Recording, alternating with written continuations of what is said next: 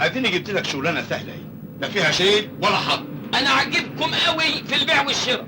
ربنا يسهل. استاذن انا بقى، سلام عليكم. مع السلامه يا خال. تعالى ما افهمك. هتفهمني، هي محتاجه حاجه، ده حاجه بسيطه. تعالى.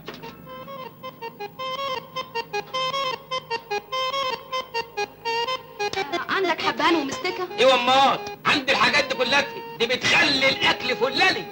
يا واد انت يا فلالي. الله يكرمك.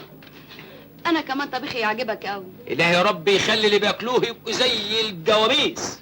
انت فلاح مش كده؟ ايوه من خربتي بحيره. ولسه جاي بقى؟ ايوه لسه جاي. يعني لسه بخيرك. خير مقدارك. طب عندك حب هان؟ ايه؟ حب هان. ايه الحبهان دي؟ يعني حبهان، بس انا بحب ادلعها عشان اقول لك حب. ايه؟ في اهو موجود الحبهان اهي. طب بقول لك ايه؟ ما تيجي تدوق اكلي؟ ايه؟ تعالى دوق اكلي. يا ست الله يكرمك.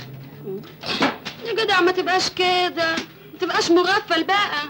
انا برضه اللي مغفل؟ انت يا ست انت لئيمه. انا عارف انت قصدك ايه بالظبط. يلا مش نجر من هنا. اما قليل الادب صحيح. انا برضه اللي قليل الادب. ما تتلم يا رح خالتك. وخالتي ايه دخلها بالموضوع؟ الله، ايه في ايه؟ ده البلاوي اللي انت جايبها دي يا معلم. في ايه بس؟ بسلامته بيدوس على رجلي ويبصبص لي. انا بصمت لك ازاي؟ ثم انا ادوس على رجلك منين؟ اذا كنت انا واقف هنا وانت واقفه هنا. ايه يا دي قله الادب دي يا؟ انا لا بصمت لها ولا دوست على رجليها يا معلم. يعني الست هتكذب؟ حقك عليا يا ست.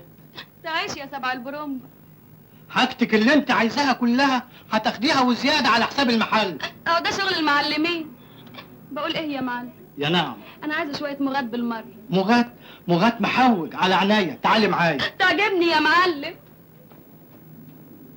يا نهار ازرق. اما انت معلم قليل الادب صحيح.